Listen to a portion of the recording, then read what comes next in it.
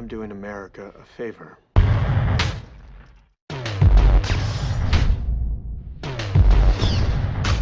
Is the country willing to pay for it?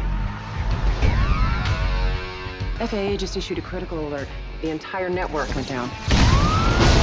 Transportation system's crashing and they just hit the entire financial sector. You have no idea who you're dealing with. I'll take it from here.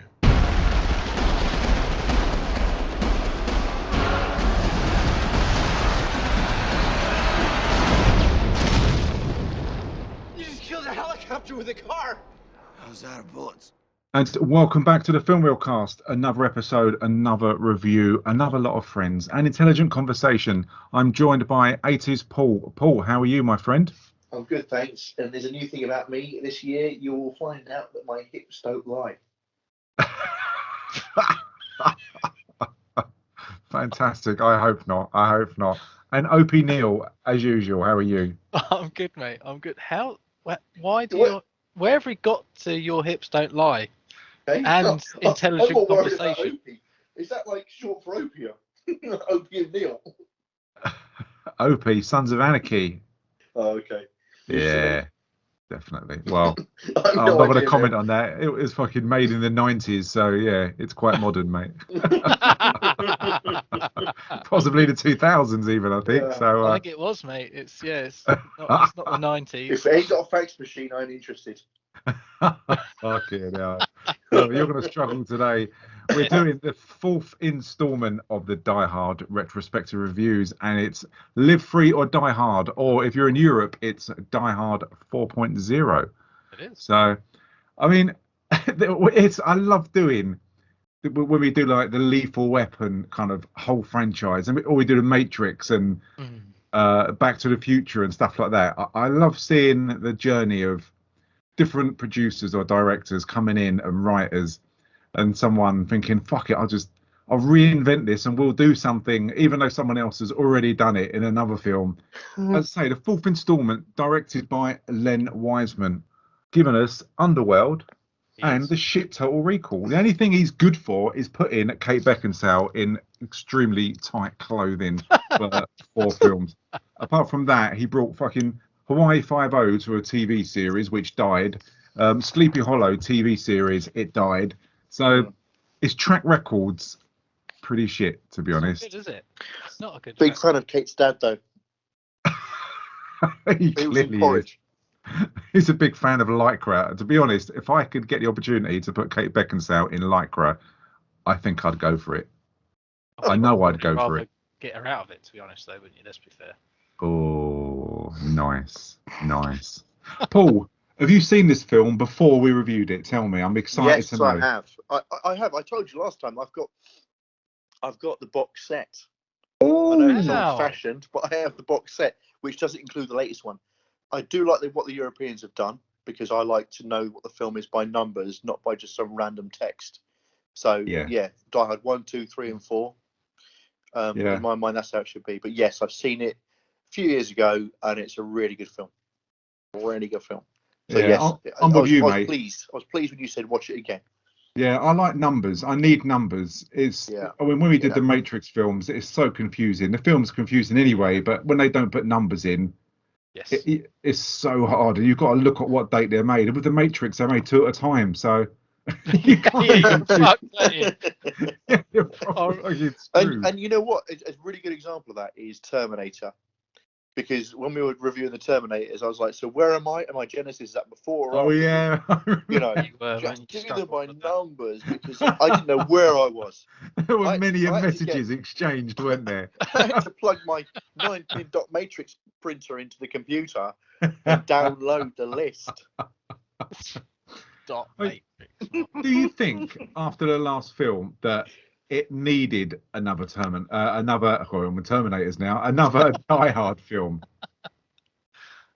Yeah, You reckon it did, do you, Paul? I think it was a nice reboot, and that's a little bit of a pun because it was all about cyber attacks. Whoa, it's on pump. Yeah. I think should it be did, on and I stage. think it was just somebody. They were obviously scratched on their heads for a reboot, and they thought, let's go with technology. and that's where they went. I was think the disappointed idea it wasn't is at clever. Christmas. Pardon? Yeah, it I was think very the clever. idea is clever. Yeah. Did we need another one? I don't know if we did, to be fair, but I don't know. It was a long time after the last one, wasn't it? It's one of those things. Yeah. It's a risk that Hollywood always seems to take, as I've said many 2007, times. wasn't it? Yes, mate, yeah. 2007, yeah. Mm. Yeah, it is tricky, isn't it? Because if you're going to do another Die Hard film, it's been done. When you think you've got the building, you've got the airport, and then you've got New York City, and where can you go? Let's say drop him in the middle of a jungle like Predator. They've done so many different things, so it was hard to come up with a concept. And plus, they've got to move on with the times. And Yeah. this came out as a PG-13, and there was a rated version as well, or an unrated version, which is restricted, depends which version you watched. So, and it's always worrying, and we've said this so many times. We've all said it, Paul, you, Neil, that when they do these films that do come from a 15 or an 18 back down to like a 12. Yeah. It suffers, doesn't it? Because these are about violence. It's about swearing and over the top and just blood and shooting people in the face. And I think I watched the adult version, the restricted version. So I got the kind of enjoyment of like Maggie Q getting beaten up and stuff like that. So I was quite lucky. I mean, did you watch the version with lots of swearing in? Because the only one, I think the other ones only got like 2 swear words in, I think. I must have done, because I think I've got the box set, but it's up in the attic, but I couldn't be asked to bring it down. So I downloaded it on a rental from Sky, and I think it was, if you say Maggie Q got beaten up and all the swearing, it must have been the adult one. Yeah. What about you, Neil? Yeah, I watched it on Disney Plus, but I own this anyway, so I've seen it before many, many times. So yeah. So I don't own this. I've never owned it. It's I don't know why really, because it's difficult to. You kind of got to review this film and look at it. I think if you review it as just a standalone film, you're going to crucify it, I think. Yes. But like the other films, and we spoke about it. But you need to keep it in the Die Hard like universe, don't you? Of what's going to happen, to kind of suspend all like your disbelief and stuff like that. And it's they kind of picked a strange, strange baddie. I think for me, Timothy Olyphant is a really good actor, and I like him in what I see him in The Office, and I can't remember what else he's been in now off the top of my head, but I think he's been the worst baddie out of all of them. What do you guys think? No, I disagree. I think he's better than the third one. Yeah, I think. Oh, really? You think well. he's better than Simon? Yeah. The concept of Simon was really good, but like I said on the last review, it just so many bad decisions and everything else in that film in relation to Simon and letting both of them live over and over again ruined it for me. Whereas you don't really get that with Mr. Gabriel in this. I think he played it well, and he used just the right amount of sarcasm and wit with his subordinates, didn't he, when they were failing him? Definitely. I think he played it really well. Yeah, he played it well. He's a good actor, but I think that he wasn't. I mean, you can't compare him with like Gruber or even like Major. Is it General Stewart or Major Stewart and General Grant? I like both of them in number 2. They were pretty good. They were tropey, but they were enjoyable. I even thought Simon was good in what he did, but I think he wasn't used enough. And as soon as like Maggie Q, I mean, obviously going to be spoilers like we always do. As soon as Maggie Q died, I kind of felt he didn't really have much, and his henchmen they were pretty good kind of in the action parts of what they had to do, but I just felt he wasn't used enough, Timothy Olyphant, through his capabilities of what he can be as menacing. And he did have some really good lines, like when he says, "I did send 5 of you to go and kill, didn't I?" That is right. because they fucked the whole mission up. And I did like his one-liners. You're right, Paul. I thought it was spot on, but he wasn't used enough for me. And I think that's the only reason why I think he's like the worst baddie out of all of them so far. I mean, considering he designed the Woodlawn facility, he was very much a standoff character, and it wasn't hands-on at all, was he? So he was relying on his subordinates to actually do the donkey work for him. He just, and they were all failing him. You thought he'd have got his hands dirty, more dirtier if people were failing him, he would have actually got more involved in it. I don't know.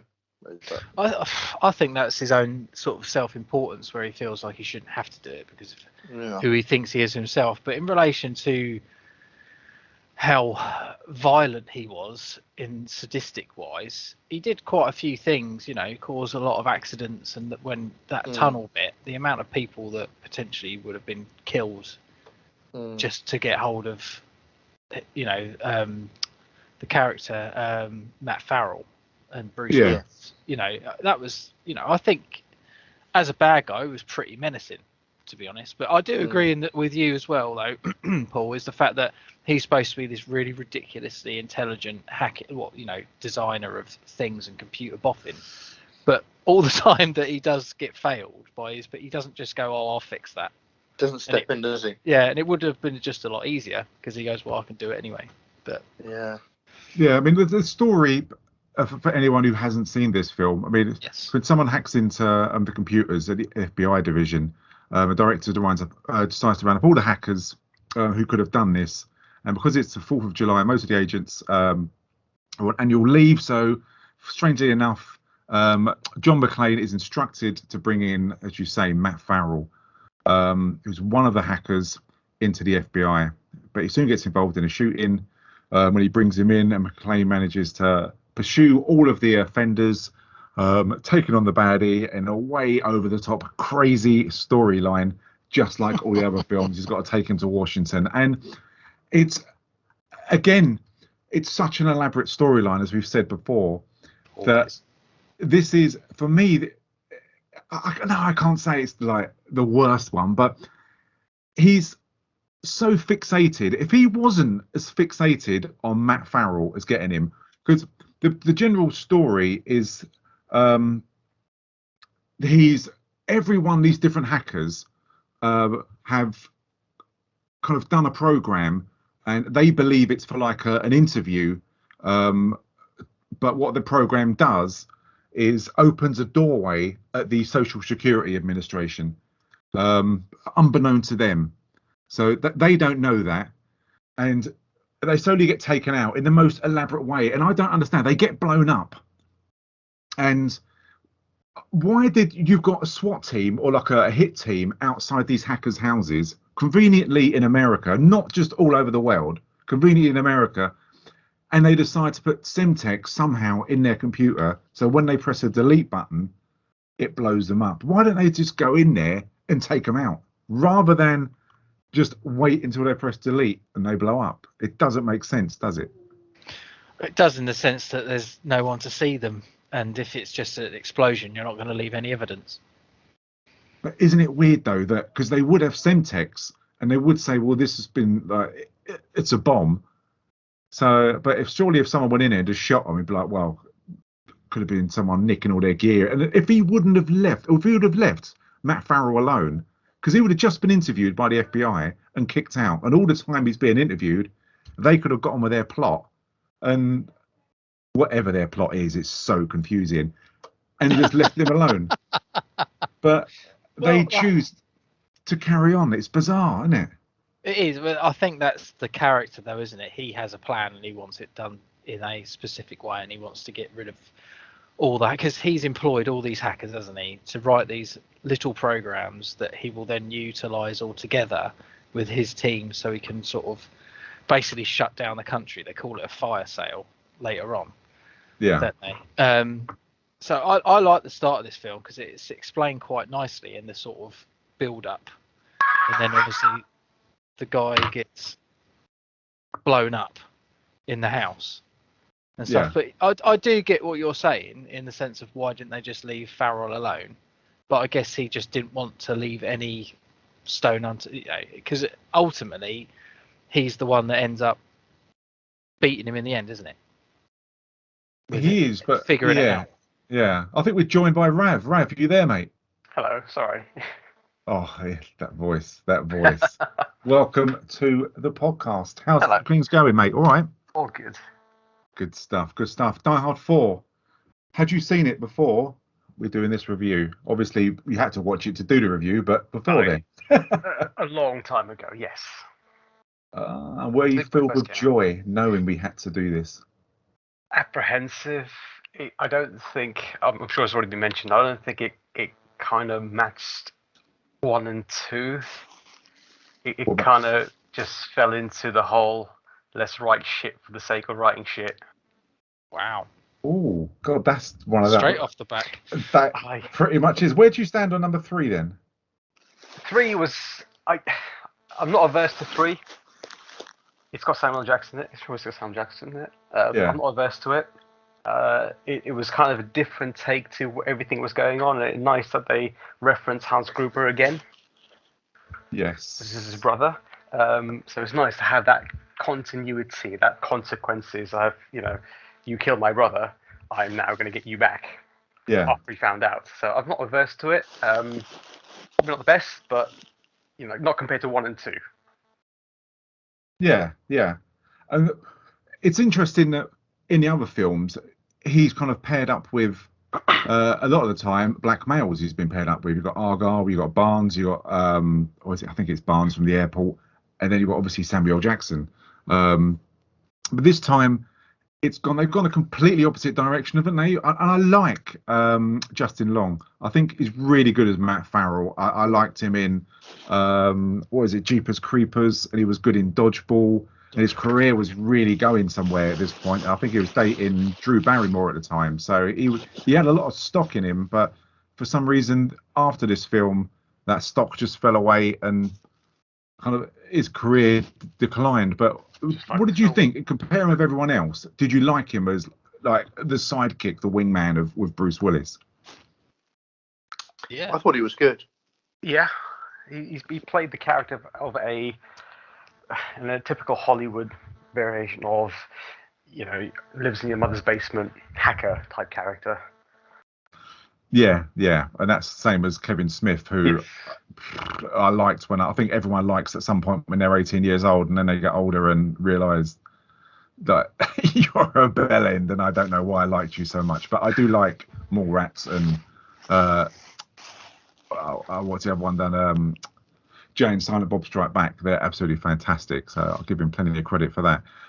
Maggie Q, I thought she was wasted in this, honestly, as kind of the love interest for Timothy Oliphant, for Thomas Gabriel. She's really good. She's really good in Nikita Femme Fatale. I liked her in that. And really good action star. But I found, apart from the fight scene where she's like a Terminatrix, it was really cardboard, wasn't it?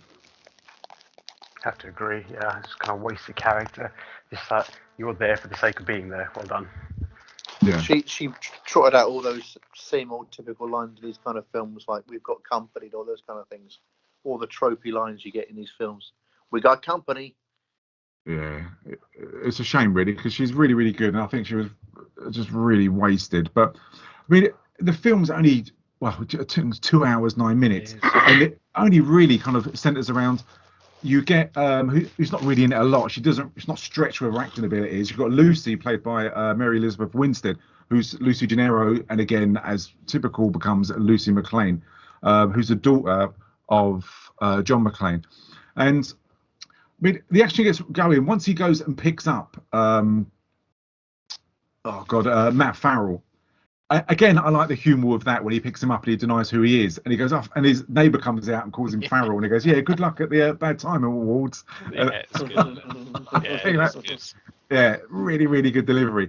And then it just goes mental. It really gets into the Die Hard stock with the baddies come and try and. I mean, they're rotten shots, thankfully, but it's great. You got explosions, people being shot, people being chucked out of windows. It gets straight back in to like the meat and drink of Die Hard, doesn't it? Which is great. Mm. So one of the things that let this film down in my mind, and against so when you look at 1, 2, and 3, it was there was so much technology which was acceptable at the time that they threw into this film. But when you look back at it, it just looks so dated.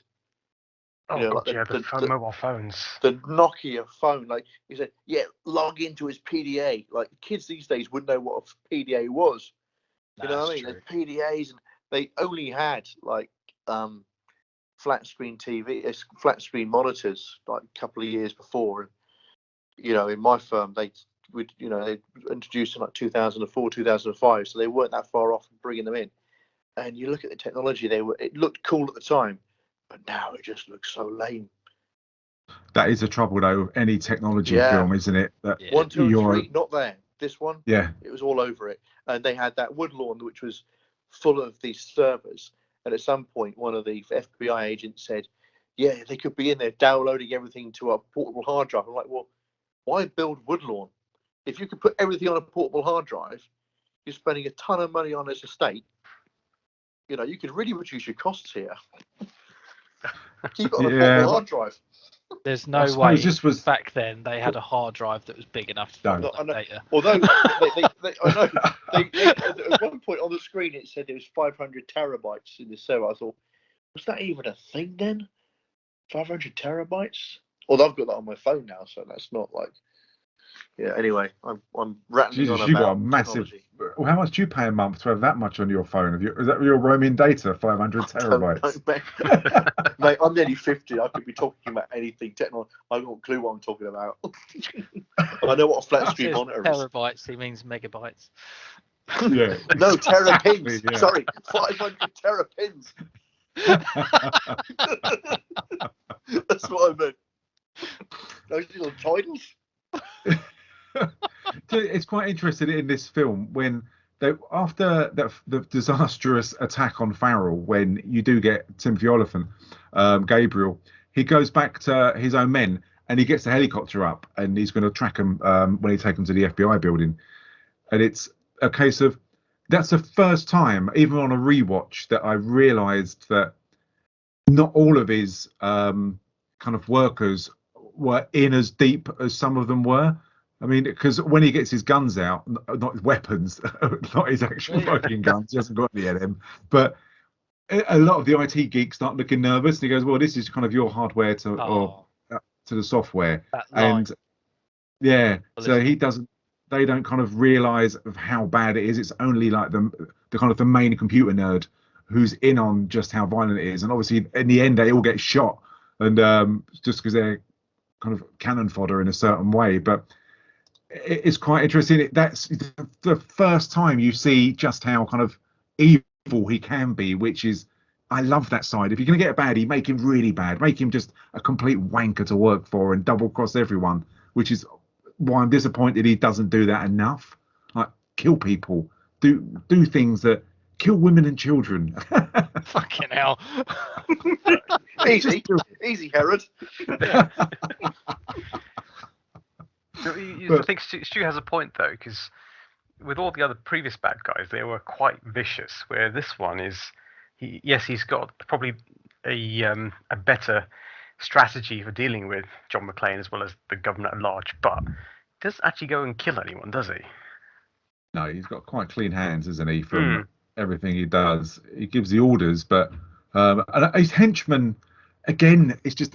I think the first one raised the bar so high, and I love it. And me and Neil spoke about this in the last the Die Hard 3, that the set of New York City is almost a character in itself in the film. I think, and like the Nakatomi Plaza, each floor kind of tells a story. You know where they are on each floor and what's happened. But in this film, I feel I've lost that a bit because you don't get that general sense of. They're just driving around everywhere. The scenes aren't really memorable, and it's boring. It's a lot of computers and monitors, and I think they've lost a certain element of the scenery and where it's set being a kind of a major part in the film. I don't know whether that's just me looking into it too much. No, you're right, Stu. There was an awful lot of ground they seemed to cover physically, and my geography of the states is pretty terrible. But it seems they were chopping and changing states and stuff. And they were making that transition between areas within minutes. You know what I mean? They're just They Yeah. had to drive to one state, and they were there within. I know obviously it's a film. We're not going to sit for 4 hours watching them in the car, but you know, they were heading off to Woodlawn, which was miles away, and you're thinking, how do you achieve that? Why is these guys are still hatching their plan, and that's taking you hours to get there? You know, it just seemed a little bit, Yeah. a little bit stretched. You can imagine a director's cut where they actually show the 4-hour journey in the car with a commentary. Yeah, they're saying, so how long have you been in this acting game then? Oh, a few years, yeah, a couple of awards. Anyway, back to the script.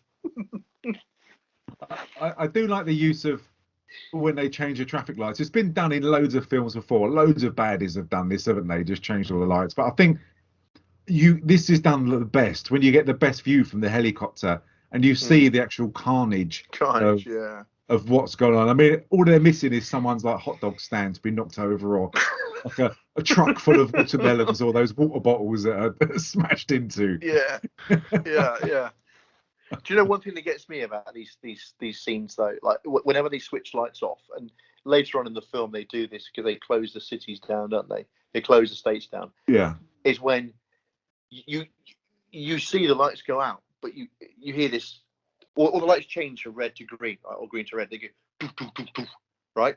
Lights don't do that. Or when they're closing down a city, you hear this doof, doof, doof, doof, doof, doof. And in the tunnel, when the lights are going in the tunnel, you hear choo, choo, choo, choo, choo. It doesn't happen. Maybe in America they got noisy lights. Just annoys me. Like a light goes out and you hear this clunk. I don't know.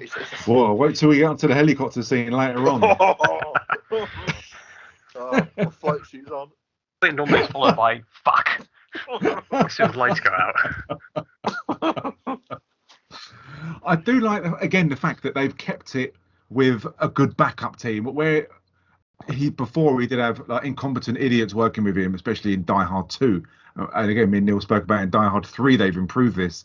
And you've got, what's his name? You've got Cliff Curtis, who plays as Bowman, who's like the head agent in the FBI. He's a really good character. And again, he's really useful and he does pack a punch. He's not incompetent. And I'm so glad that they continue to steer away from that kind of the blundering idiot trope that they have, that everyone kind of raises their eyebrows about, and because it's just, that's so outdated, and it's a good decision to keep with it. And again, apparently it took 4 months on the editing of various presidents to send that message, which is really, really clever. And I love it when they do that. I wish I was clever enough to be able to do this, splice together different famous people's speeches as one long speech. But it took 4 months to do it, which is really impressive. That was so good. Who was the president that started the second Iraq war? I can't remember his name. President.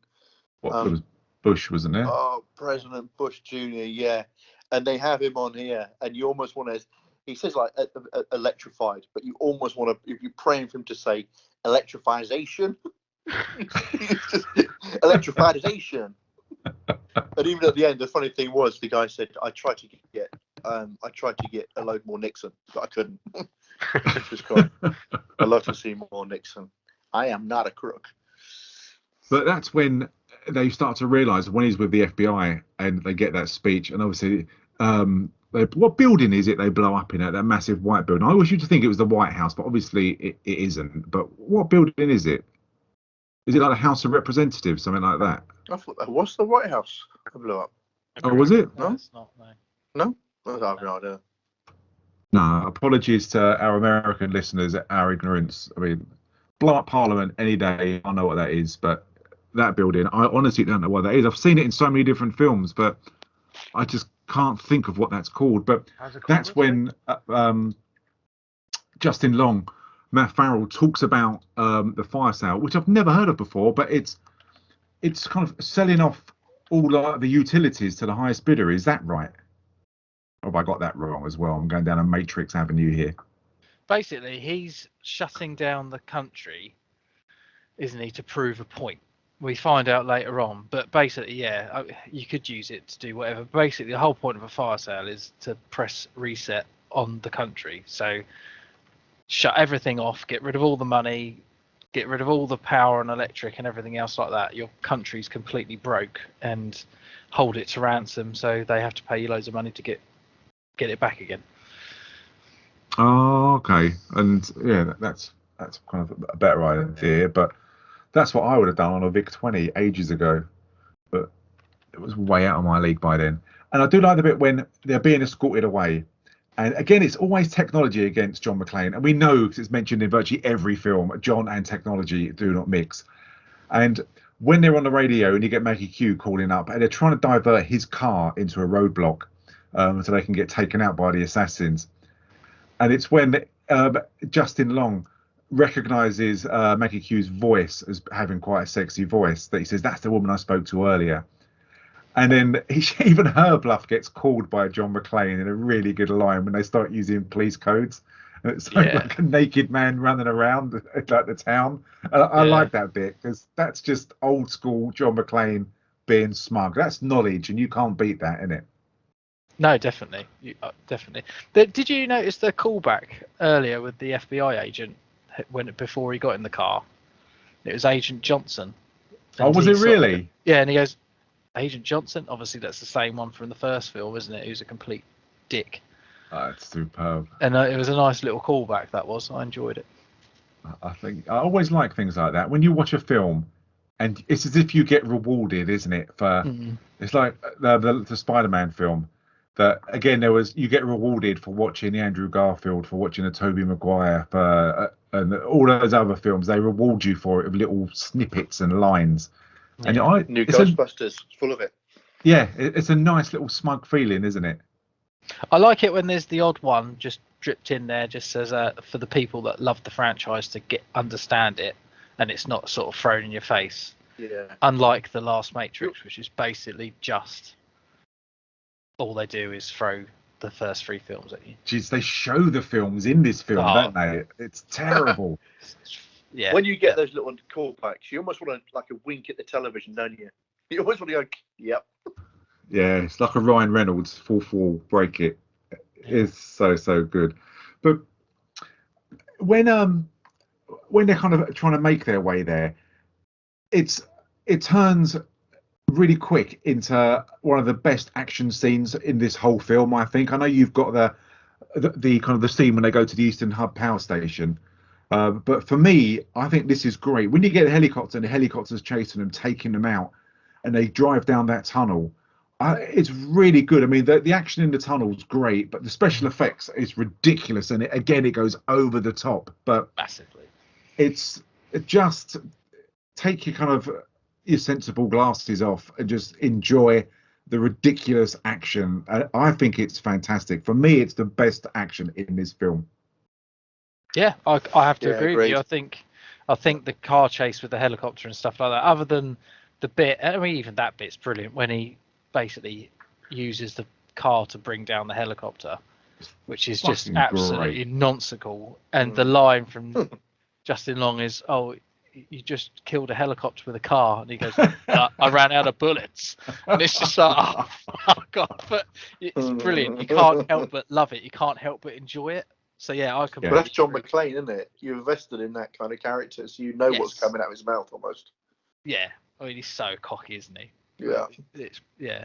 I have to agree with you. It's the best of the action scenes in this film. It's definitely the best.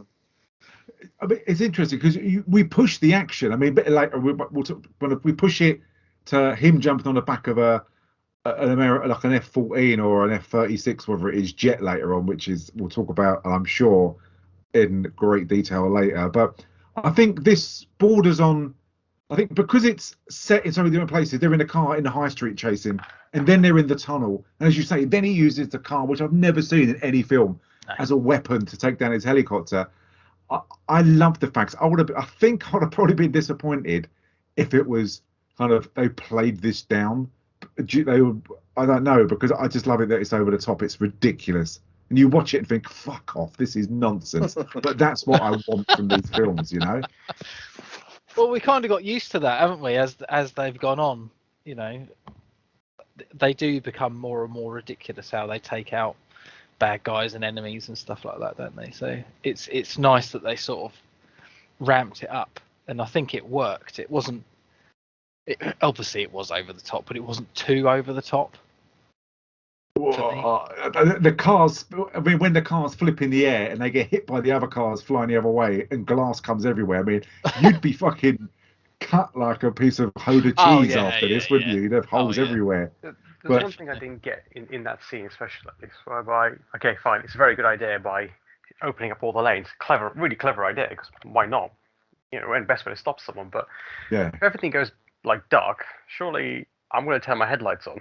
Yeah. Yes. And it's just like everyone's coming at each other. It's like, surely as soon as the lights go out, I'm going to be a bit, you know, twitchy bum time saying, something's not right here. Brakes on. Yeah. Maybe put the brakes on and turn the lights on. Yeah, clearly they don't do that there. No, of course. They just drive blind. And the other thing was whereby you've got the helicopter hovering so close to the opening of the tunnel. If I'm the driver there, I was like, well, what's this about? Something's not right with this. yeah. But again, suspend disbelief, isn't it? Well, that's it, isn't it? You know, you're never going to please everybody, and there's No, of people. course. You know, I think it's interesting what you said earlier, Stu. Is if you took this film on its own merit, you'd probably look at it and just go, "Oh, fuck on! This is This is ridiculous." And it made me think about shoot 'em up, in the sense that the action is so ridiculous at times that it is very much like that film. However, the reason I enjoy this is because I'm invested in John McClane and the arc of his character. Precisely. But with something like Shoot 'em Up, it's just something they've plucked out of the air and thrown in and tried to make it seem credible. And it didn't work for me personally. But I think you're right. Yeah, it's all about John McClane, isn't it? Yeah, it is. If this wasn't John McClane and it was just a random film like that, it would have, everyone would have gone, what the hell was that? You know, who is this guy? It's about Bruce Willis too, because if you think about who was it they wanted to cast for the first one? It was Frank Sinatra had Frank Sinatra, didn't it? Yeah. Right. So Frank Sinatra wouldn't have lasted for the rest of them. So they'd have had to go through different actors to achieve this. But you wouldn't have had that investment you talk about, Neil, because you invest yourself in it's how Bruce plays it, isn't it? Yeah. It's a massive part of the film. And I can't imagine Tom Cruise or any other action character pulling it off the way Bruce Willis does. No. I think if it were to be Tom Cruise, it would probably be a bit more suave as opposed to Bruce Willis. He's a bit more of that rugged cop. It's gritty, isn't it? Yeah. Yeah, you'd end up with a NASCAR race, wouldn't you? Yeah. Down the road or something like that, and he'll fly a helicopter himself, but. He'd jump in that plane later and fly it himself, and and he'd do a running scene like he does in every film. I love Tom, I really do. I love Tom. The Mission Impossible films are just friggin' awesome. So yeah, that'd be great. But yeah, Willis is just superb. And as you said, it's so true that we're used to this world and we enjoy this world. And it's a really good point that you guys make that Shoot 'em Up. It's as if we kind of stepped into this. And there wasn't any warm-up, there wasn't any warning. It was just mayhem for an hour and a half, and then you're out of it, and it's like, well, what the fuck's that about? Well, but you do have a warning, Stu. You've got a brief warning, and that's in the title. Well, yeah, but just how mental it's going to be, and someone spinning round and round about breastfeeding a baby, shooting people, and stuff like that. Well, there was definitely mixed opinions on that one. I enjoyed it. It was just an hour and a half, 2 hours of just trash, but yeah, I have to admit, film, but I enjoyed it. Yeah, I liked it. I really did. But so they go to the I know. I can never forgive you for making me watch that film. I just can't. the joys of doing this. I had to watch bloody Street Fighter. That nearly killed the Film Wheelcast podcast itself. That was that bad. So God, I'm awful. planning a nosebleed for the next Matrix film. So they go to the social services, social security, social services. God, imagine that. There'd be no one there. So they go to the Social Security Administration building, and before that they have the, which was a massive thing back then, like the anthrax alarm, because obviously there was these terrorist attacks and letters being sent round, and it was kind of part of the like the panic and the mayhem that are we going to be kind of another victim of terrorists, and again cyber and kind of terrorism, that not a lot of people really understood it or knew about it. And so this film was kind of poignant at the time that it could happen. And I think because of when I watched it, obviously I'm not into computers at all, so it means nothing to me, but I think you can push the boundaries of what possibly could happen and how easy it could happen because of the lack of understanding. I mean, Rav, you're heavily into computers and understand it a lot more. But for me, I'm going along with the ride of what they can do in this. You know what I mean? Oh yeah, definitely. I mean, back then, cybersecurity was, I don't want to say in its infancy, but there was a lot more risk for people hacking in, because it wasn't like, for example, your local business. They wouldn't have an absolute Scooby about what cybersecurity was in 2007. The big tech companies, yeah, they'll have some idea, but yeah, it was almost like hacking was glorified to a certain degree at the same time. Whereby if you're a hacker, you know, the world is your oyster. You can do so much with it. But now, as you know, like Paul said, as time's progressed, it hasn't dated well, because nowadays you've got VPNs, you've got firewalls, you've got better antivirus, software, where people are now a bit more clued in, saying, right, we know cybersecurity is a massive thing, especially moving forward. So how can we improve? So back then, yeah, I can see why for them it was a great plot point for the movie. Yeah, definitely. And I think for them, it works really, really well. And as you say, you run the risk of dating the film. But so at this social security, when they do calls like the fire sale, when they do download everything, I kind of get the idea that you never get the impression that Gabriel goes on about, we're going to make like every other film that they're thieves end of the day. And Gabriel's thing is the fact that was missed and he was shouted down, and that people didn't believe that the attack was there. And I kind of wonder, does he do this just for power, to prove the fact that he's not insane and that he's right, or does he want everyone's money? Because I don't really understand what he's doing, because he's taking everyone's social security numbers or everyone's bank account numbers everywhere, so he'll have all the money.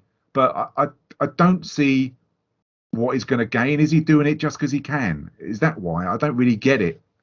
It's twofold, isn't it? Because he obviously got chucked out because he shut down the Pentagon with, or something, whatever it is, with they're basically the defense system with a laptop, didn't he? And he got basically thrown out and stuff. So he's on the first, he's saying that he's basically doing it because he was right, and he wants to prove them wrong and all this sort of stuff, but he is making a profit out of it. So basically he's going to siphon off billions of dollars for himself as well. So it's double-sided. Is that pointed out by him? Does he actually say that at the end when they're having Right. the conversation? McClane sort of fakes him up and says, yeah, you're going to make loads of money out of it as well. And he goes, well, shouldn't I be paid for my work? I'm working my arse off. So he's taking the money, but he's stating that he's doing it because he wants to make the country a safer place and all this other bollocks. It's just it's just him trying to justify his actions, if you like. Yeah, because they download obviously everyone's accounts, and then I don't understand the point of when they go to the Eastern Power Hub of kind of hacking into that as well, because they've taken everything, and again it seems to be they're taking extra risks that they don't need to take. That's him proving a point that anyone could, if they were intelligent enough and had the means to do it, could take down the entire country. So there's only certain point, because Farrell says, you could do most stuff with a computer remotely. However, there are some things that you have to go there and do it yourself. So he's still, even with the fire sale stuff, someone would have to go there to shut down all the utilities. So that's why they go there. Probably like an offline system or something whereby you have to physically be there, like Neil said. Basically, but it's that whole, look how big my bollocks are. I'm going to really do this and show you how stupid you are, and you shouldn't have listened. You should have listened to me. So That's the whole Right. point of it. It was in Okay, I part get what you're revenge, wasn't saying. it? Yeah. So really, yeah, that is it's a revenge story. But Yeah. obviously Maggie Q goes to like the power hub and she takes over, she kills everyone and does whatever she needs to do. I found this really, it kind of fucked me off to a certain extent of when they work out that they've gone to the power hub and they need to go there as well. So Willis and Matt Farrell, Justin Long, that they go there as well. And he drives, and he drives the van right through the wall. He has this massive fight with Maggie Q, and a lot of people, and I've kind of listened to different podcasts, and I've looked at different forums about this of how people rated it and what they liked, and a lot of people speak of how off-putting it was and how extreme it was with the fight against John McClane and May. The fact that he was punching a woman, and I know you've got different people's everyone's views are going to differ to this, but I think you've got to remember it's only a fucking film. You know what I mean? He's not. I know he's hitting a woman, but it's a film. She was trained to kill. Yeah, hang on a minute. She's a trained assassin, and is trying to kill him, and he can't hit her back because she's a woman.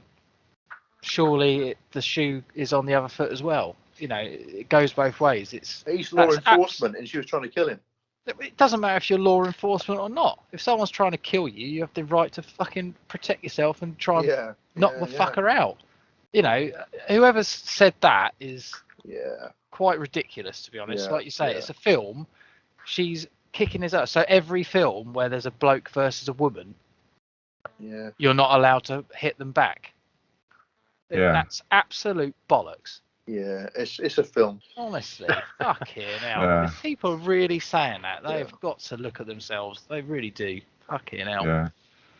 Well, Rav, what's that? No pressure now, mate. But what side of the fence are you on, man? No, I fully agree with you guys. Like Neil said, she's a trained assassin.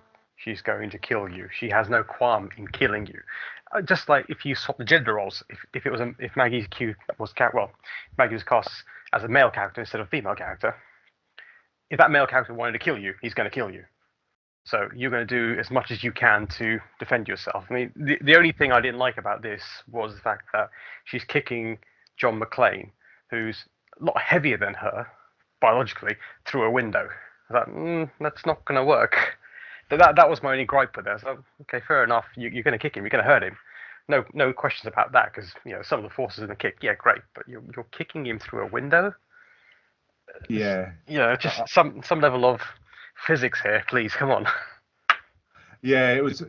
I didn't have a problem with it because it's it's going to happen, don't you? She's the physical threat, and that's her job is to fight people. You get this in all of the films. The first one, you got the guy who ended up getting hung and shot outside, and just all of the films you get this. So, and the fact it's a woman, it's a film. I mean, fucking hell, I think people just need to get off the fucking soapbox and just chill out. There must be a bunch of films like that, though, Stu. There is. The fact is, I wonder.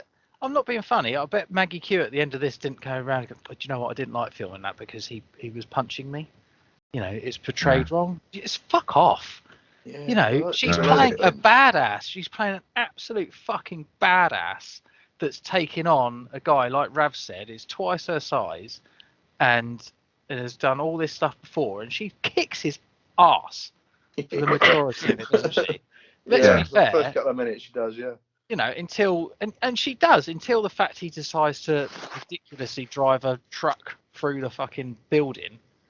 Yeah. And that bit is ridiculous. Don't get me wrong. Yeah. It would have been fucking cut in half without. Oh yeah, it is. But it's just no one condones violence against women at all whatsoever. And domestic violence. No one condones that whatsoever. But I believe you can still watch this with the enjoyment of what it is, a spectacle, a film, and that's it. But it does go way over the top, and I think it ruins it. If he would have just beaten her up, left her just knocked out, whatever, or even just broke her neck or anything like that, thrown her out a window, that would have been fine. But the fact that she then has the shit beaten out of her. They drive down a bloody lift shaft, which they have to because it's in virtually every bloody Die Hard film. Has to be. It's just real nonsense. This is just too much for me. Mm-hmm. I don't need this scene. It shouldn't have been in there. It's not the right way for her to die, and it just wasn't needed. I agree. It's almost like they did a massive disservice to her character. We know she's an assassin. Show off her skills. Show off her entire skill set. The fact that, yes, she probably has gone and beat guys who are twice the size of her and beaten the living crap out of them. Yeah. There should be more of that. And then John McClane having to actually struggle instead of, yes, he does struggle to a certain point, but him getting his ass handed to him literally constantly until he gets, like John McClane does, a lucky strike or picks something up. That's what he should have done. Completely agree. And he drives that car through the building. She would have heard it way before he came crashing through the wall. And why would he then carry on and then just, he would have killed her instantly from just hitting her, or pretty much made her disabled. And then he's saying hold on, as in just fuck off. It was that's a bit much. Completely agree. It was at this point it was just far too over the top, wasn't it, and unnecessary. Yeah, the lift shaft scene is good though. I'd forgotten how tense that was. I'd forgotten how good that scene was. That lift shaft. Really? Yeah, I enjoyed that. Yeah, I'd forgotten how good that was. That's interesting you say that. I was done by then of this fight. Yeah. I kind of didn't need that, to be honest. But no, it's interesting you say. I mean, they do again. It keeps taking it to the max, to that different level. The whole kind of facility blows up, and they take shelter in a van, which gets fucking destroyed. But they are fucking Teflon. You know what I mean? They just get through everything. And then since when has Willis knows how to fly a helicopter? You know what I mean? I've been taking lessons. Come on. He's bordering on Tom Cruise now, isn't he? I instantly thought of Paul at this very point. Really? Of course I did. As soon as he got into a helicopter and he started going, oh, is it supposed to make that noise? I was thinking Paul must be ripping his fucking balls off at how ridiculous this scene is. Yeah, it always gets you when they get the stick with two hands. You're like, no. It's nonsense, isn't it? Not everyone can, mate, to be fair. I tell you, there's a few scenes in this when they're flying single engine helicopters around built up areas. I was like, I'm not sure the FAA would like this. No, I'm a fucking one-handed man, I have to say. Well, So that's when they go and see Kevin Smith, who's the all-knowing warlock. Again, it's the tropey adult who lives in his mum's basement, who's a computer geek. And I mean, when it was originally written, Kevin Smith wrote the lines himself, but they were deemed too funny by Bruce Willis and didn't suit the mood of the film. So he made them rewrite back to the original script, where it was a bit more serious. And it's, I don't know, I could have done without Kevin Smith being in this. He's good to a certain generation, but I don't know, mate. It's a good chance for him to be in a Die Hard film, but for me, it wasn't really needed. It didn't really add anything, No, it's only it sort of gives you closure from the very beginning of the film, doesn't he? Where Farrell's talking to Warlock and he's like, get gone and all this sort of stuff. And I suppose it sort of brings that full circle. But yeah. Yeah, I liked his line about, "Are you a big fan of the Fett?" And he said, "No, I like Star Wars." And it's just like a fucking typical comment from an older generation. I loved that. I thought that was brilliant. Because Kevin Smith's a fucking massive Star Wars fan, isn't he? Yeah. My part of my ignorance, who was Kevin Smith? Oh, come on. It's Jane, Silent Bob, Mallrats, Clarks. I mean, what? He used to do Smodcast. You just threw a load of consonants at me. What? He was done a films of like teenagers generation. When I was 18, he was making some massive films. He was the kind of independent filmmaker, and I mean, Jay and Silent Bob Strike Back is a fucking hilarious film. I love that film, honestly. Sorry, it's Kev. so funny. Kev, sorry. Yeah, I think he was in this Clerks as again well, to isn't he? fit that generation, I think. But I do love the Optimus Prime truck that they're driving around. I think it's fucking quality. It's so good. It Yeah, doesn't Cool stand rig. out on the road at all. No, not suspicious one bit. yeah. But he's the one who knows about Gabriel Thomas and tells them, and that's for the audience benefit of what this guy does. And I love the fact, and it does go to show it's a generational thing again, of when they're talking, and you suddenly get Thomas Gabriel come up on the screen, and Bruce Willis starts whispering as if he can't hear him, and that it kind of goes to show just how touch with technology John McClane is, which I thought that was a funny moment. It's It proper. reminded me of me when he put his hand over the monitor, over the camera. Yeah. Yeah, I can hear you. Yeah. Just because Yeah. you cover the lens, it doesn't mean I can't hear you. It's like me. How do I download an app? It's so good. I do the fucking exactly the same thing. But again, that's when they start to kind of work out what's going on. But I mean, the horse has already bolted and left the barn by then, so it's a bit late. And you do get this chase, which I mean, you get the shootout, and obviously they talk about because he's up the stakes because of his girlfriend, because Maggie Q's died, and he shoves that down Gabriel's throat. He then goes after, again, which he didn't need to, he goes after Lucy McClane, Mary Elizabeth Winstead. If he would have just left her alone and got on with his own plan, again, he would have probably got away with it. But he just goes too far. He didn't need to go for her, did he? I know it's revenge, but again, this is what brings all these baddies down in these films. I think it's just to complete John McClane's arc, wasn't it? It's like he screwed up with his wife. The only thing he's got left now is his daughter, as well as son, but no mention of the son, was there? No.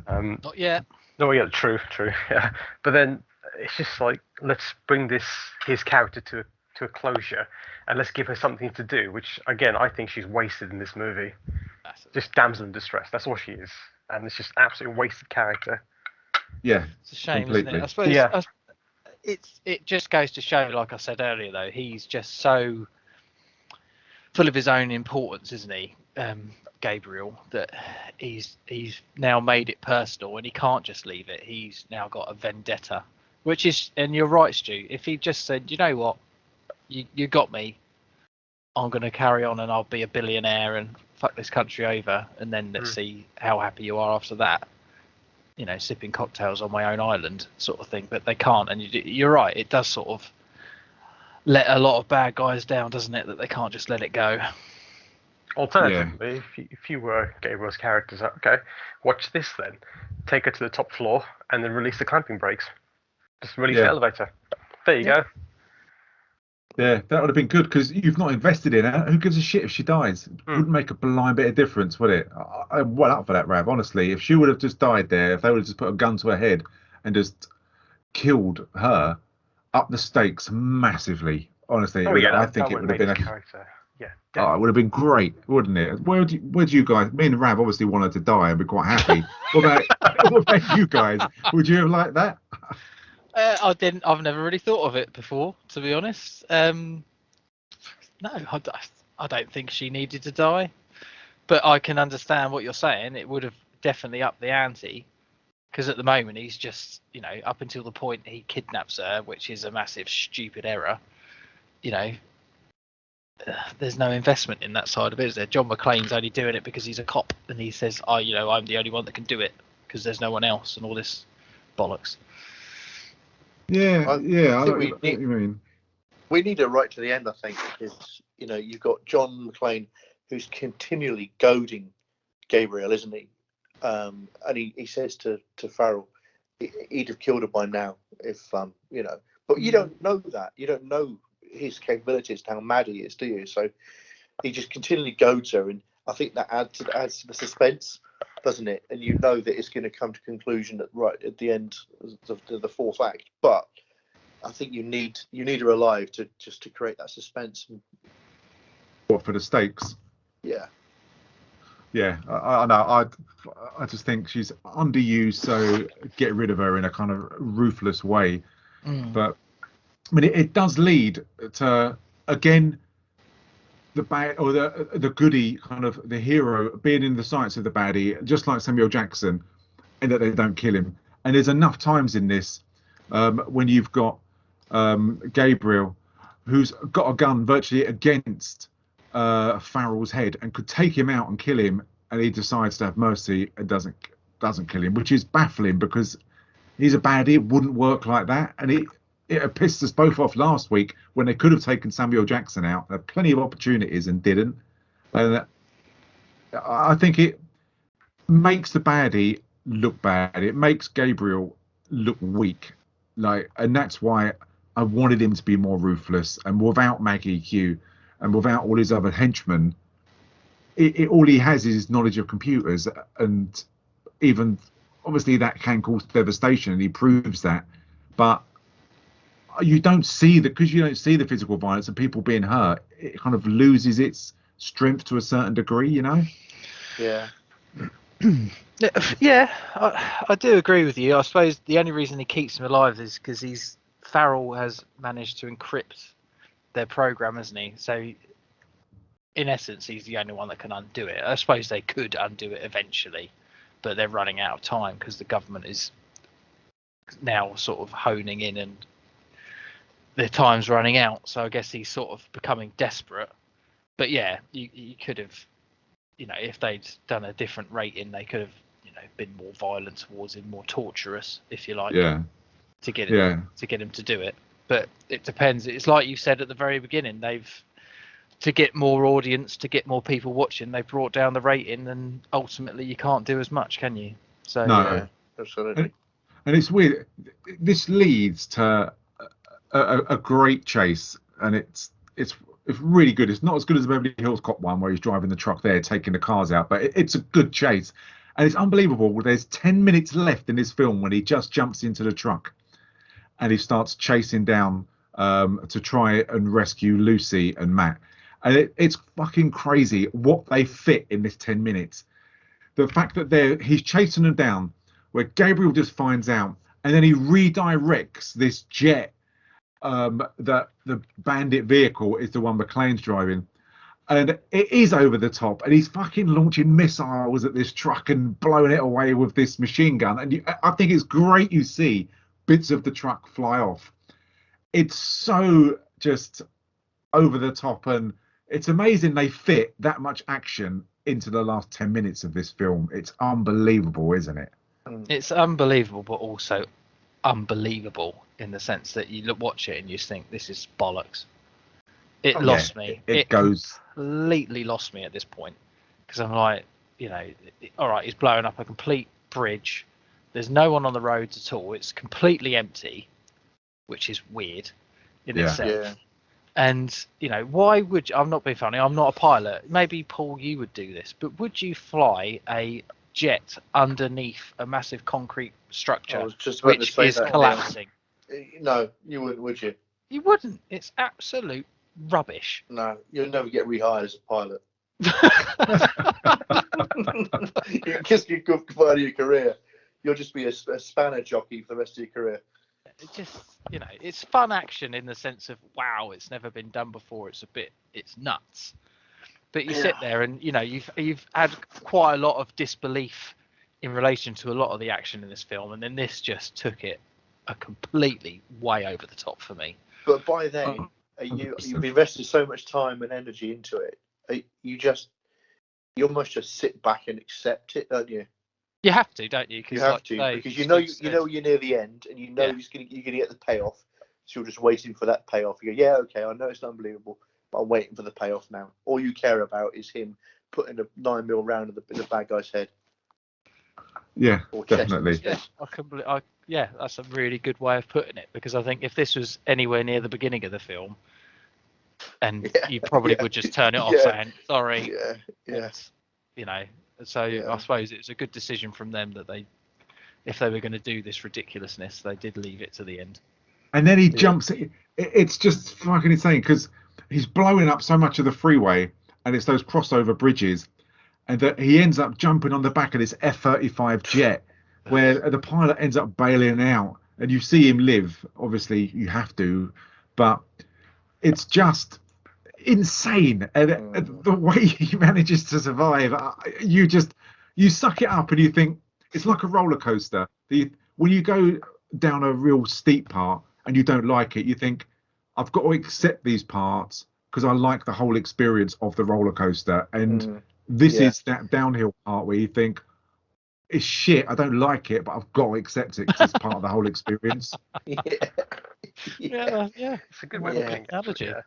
Analogy. It's just insane, and then it does end up. It ends really fast as well when they do get to that warehouse, and it's you know that no one's going to die. And I think in this film, if there was any rumours, like in the Lethal Weapon 3 film, that there was rumours, I remember around the filming before it came out, this is the one where Mel Gibson dies.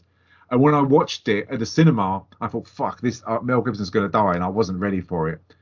But I think because it's Bruce Willis, you know he's not going to die. So the stakes, and it's gone too far that Lucy's not going to die. And you kind of think, at this stage, Matt won't die. If he does, he'll die a hero, and I can swallow that. That's not a problem. Yeah. So the fact that he ends up helping, and he goes against his kind of, I'm shit, I like peace, and I'm crap with a gun, helping Bruce Willis out, and that Gabriel dies and his henchman dies. Typically, the FBI are fucking late everywhere. They were late. I thought the same thing, Stu. I was like, how crap at you. You've all got shot. Yeah. And the ones that have turned up late. Yeah. They're terrible. Oh, shit. Sorry. Yeah.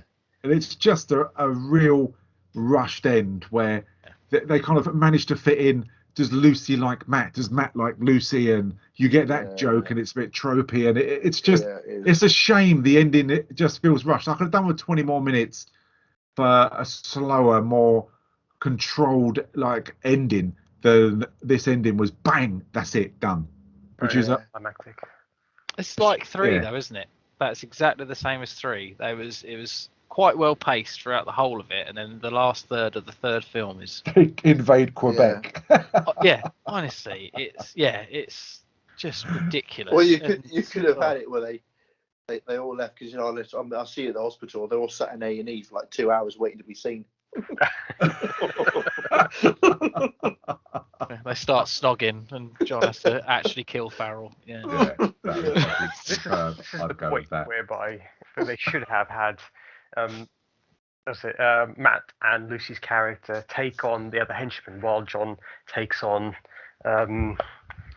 what's his name? Gabriel. Thomas Gabriel. That's it, Gabriel's character. That's what should have happened, because it would have given Lucy's character some depth, saying she is a McClane, because we also saw his wife, beat the crap out of that journalist in number 2. Well, I say beat him, taser him, and punch him, whereby this should have passed on to the daughter, saying that she is the daughter of John McClane, and she will fight back, because she had that prospect. The spark was there. Yeah, there was elements, wasn't there? Film, actually, Rav. Just wasted. There was elements. Film.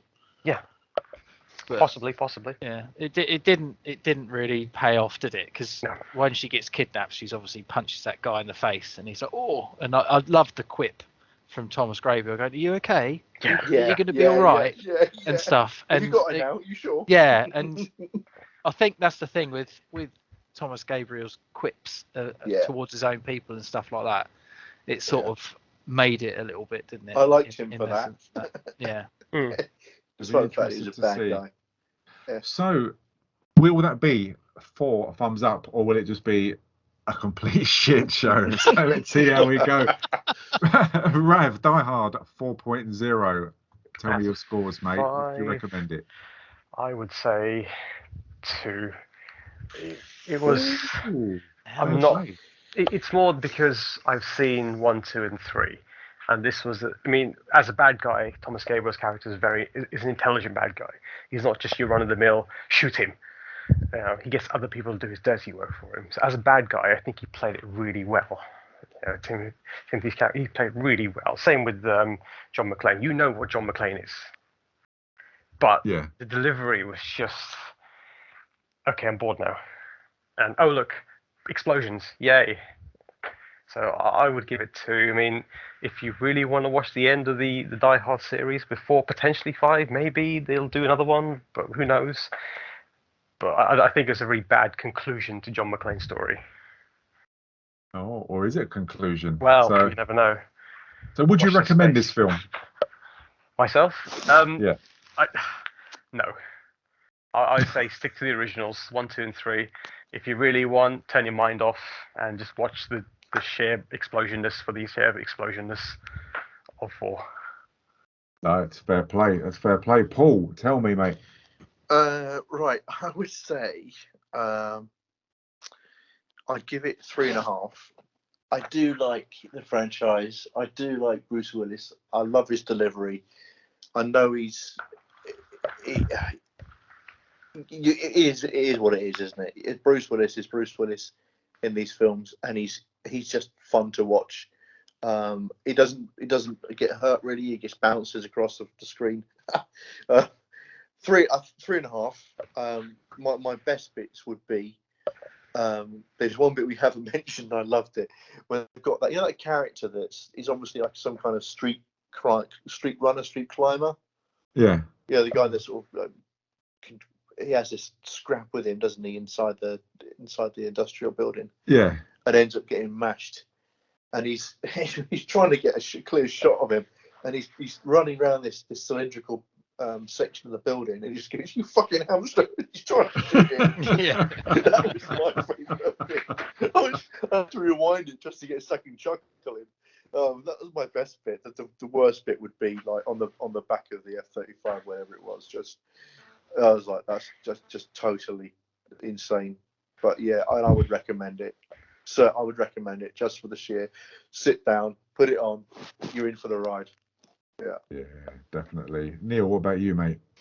I'd recommend it. I'd give it I'd give it a 3 out of 5. I think I wouldn't be as generous as Paul.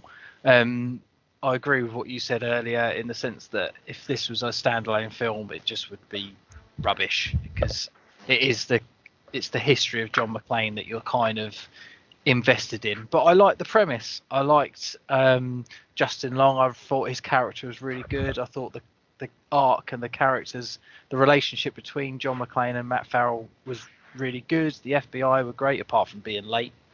And I liked Timothy Oliphant as the bad guy. I thought he was different. He was ruthless in a regard of he's happy to let people crash into each other and die, and he's happy to turn a country back to zero. But you have those tropey moments in most films. I'd recommend it. I think there's some really, really good bits. I think the where it lets it down, and I can't give it higher, is very much like the third film. The final third is so ridiculously over the top and rushed. It becomes boring in the sense of, oh god, here we go again, and oh, that was over quickly, and that ruined it. The first half of this film I found really intriguing, really interesting. I loved the flow of it, and then it just got completely ruined at the end. So that's why I give it 3. Yeah, no, that makes complete sense. I understand that. Yeah, I mean, I'm pretty much coming from the same school of thought that you guys are. That in the Die Hard world, it's probably 2.5, 3, because you know what you're getting, and you can't expect anything else. If you went into this, like, you'd be foolish having any other trailer thought. But I think it's rushed the last third of the film, and it's just a real shame. I don't know whether that's the kind of the 12A or effect that it has on these kind of films when they should just be strict hard R, which the next film is. So I'm expecting, I can't really remember the next one, but I'm expecting better things with regards to more hard-paced like action and possible violence. But it was over the top, but I love it.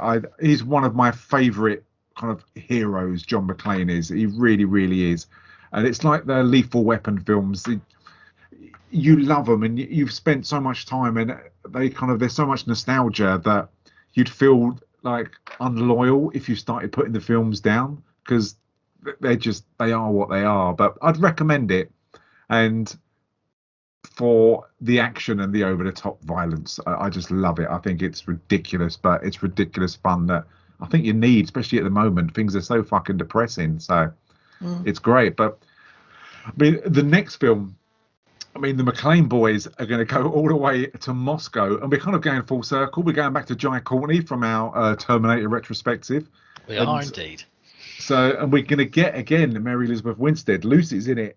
So, as I say, that you're going to see the whole bloody McClane gang. I mean, obviously Holly's not going to be in it, but Jack McClane and Lucy McClane. So, and it's 6 years since the last one, 2013. Who would have thought we would have wanted a Die Hard film, especially released on Valentine's Day in 2013? So, yeah, I saw it at the cinema, and I remember seeing it at the cinema with massive high hopes, just hoping, because, again, seeing a Die Hard film on the big screen, I think it's just an occasion still, even though, I mean, now it would be way too old. Jesus, it is past it. But these films are for the big screen. So it'll be interesting to see everyone's thoughts. I think it will probably echo today's podcast, I think. I don't know what you guys think. I think it won't echo it for me. But you've not seen it, Paul? Not yet, no, but I should be watching it, obviously. Fantastic. What about you, Rav? Have you seen it? Very long time since I've seen it. I'll have to refresh my memory on it. That doesn't sound good straight away, though, does it? Look on the bright side, it's not the Matrix. Well, yeah, touche. Oh, John McClane travels to Russia to help out a seamlessly wayward son, Jack, only to discover that Jack is a CIA operative working undercover, causing his father and son to team up against the underworld forces.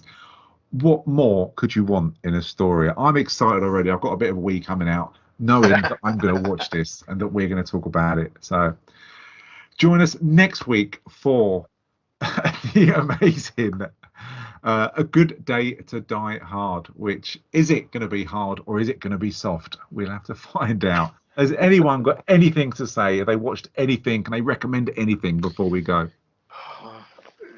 Recently, I haven't seen the latest Ghostbusters. I really enjoyed it, and I know you wouldn't give any spoilers away, Stu, because you'd seen it long before me. Yeah, I think it's if you're a Ghostbusters fan, there's a ton of nods to the past, and it's just great. Definitely, yeah. And I could definitely recommend the Book of Boba Fett as well for those who haven't yet seen it. I have to disagree with you on that one, Stu. Oh, really? Yeah, I think it's slow, it's wooden, and the last one I watched today was so badly done with those stupid bikes that were made to look like Vespers. I almost turned it off. Really? That's so interesting. Oh, man, that's really good. Yeah, I'm going to watch it. I'm going to watch it because it is the Fett, and I love the Fett, and I love Star Wars, but honestly, I nearly fell asleep 3 times today watching that, and that bit with the bikes nearly made me turn it off because it was just the gang of kids that have no money yet they can afford to put electronical shit in their fucking bodies and face. It's just, yeah. Yeah, that's interesting. That's no, why I keep looking young. You don't put it in your face, mate, do you? What about yourself, Ravlar? Going back a bit, but I would definitely say Ash vs Evil Dead. It's just the sheer ridiculousness of the series, and it very much echoes the movies. So you get a chance. You got to bear with it. It's a very slow burner, but it does get just absolutely ridiculous. No, I completely agree. I love that. That's Bruce Campbell, isn't it? I haven't seen that for ages. Yeah, that's just iconic. It's what you're getting. That's a bit like the one of this Die Hard franchise. You just, if you don't know and you're a stranger to it and you're expecting something else, you'll probably turn it off. Oh yeah, definitely. Yeah, from the original Evil Dead. Yeah, I completely agree. I mean, that's going back to the early 80s Evil Dead, isn't it? Yeah, 81, I think. Yeah, 81 is when it came out. It's a great movie, though. Yeah, definitely. I remember seeing that in Holland first time I saw it, and there was. It got banned, didn't it? Because I think a woman got raped by a tree, and they wouldn't show it in this country. But when I actually did see it, it was absolutely terrible special effects. Yeah, You think, seriously, you ban this? All you're doing is promoting everyone to watch this film because. Yeah. Good marketing, though. Good biomarketing. Oh, definitely, yeah. What is a great film? Wow. The other thing I would say is, if any of you've seen Hellbound yet on Netflix, No. it's again, there's more questions than answers, and don't get me wrong, the dubbing, English dubbing is awful, god awful, but near the end, it's only I think 8 episodes long, an hour episode. It is interesting. It's an interesting concept. I think Korean movies are really coming up. They are, aren't they? Yeah, I've got that in my queue to watch. Yeah. I'll give Has that a anyone go. seen a South Korean film called The Thieves? No. It's I cannot find it for love nor money, not even on eBay. I watched it in Italy once, and it was subtitled, and it's like a heist film, a really good heist film, and it's absolutely brilliant. But I've not been able to find it since. If I can find it, I'll get it, and I'll obviously send it to you guys. But it's so good. But you just I can't get it honestly anywhere. thought you were going to say something else, like, has anybody seen The Poseidon Adventure, 1972? Now you mention, yeah, no, but The Thieves, brilliant film, really, really, really good action film. There you go, folks. You heard it here from 80s Paul, The Thieves. Go watch it. But we'll be back next week. Thank you, everyone, for listening. You take care of yourselves, and I hope you enjoy this podcast. Thank you very much. Did you want to say something? Yippee-ki-yay, brother. Why'd you bring a cop into my command center? Command center. It's a basement. Who is this man?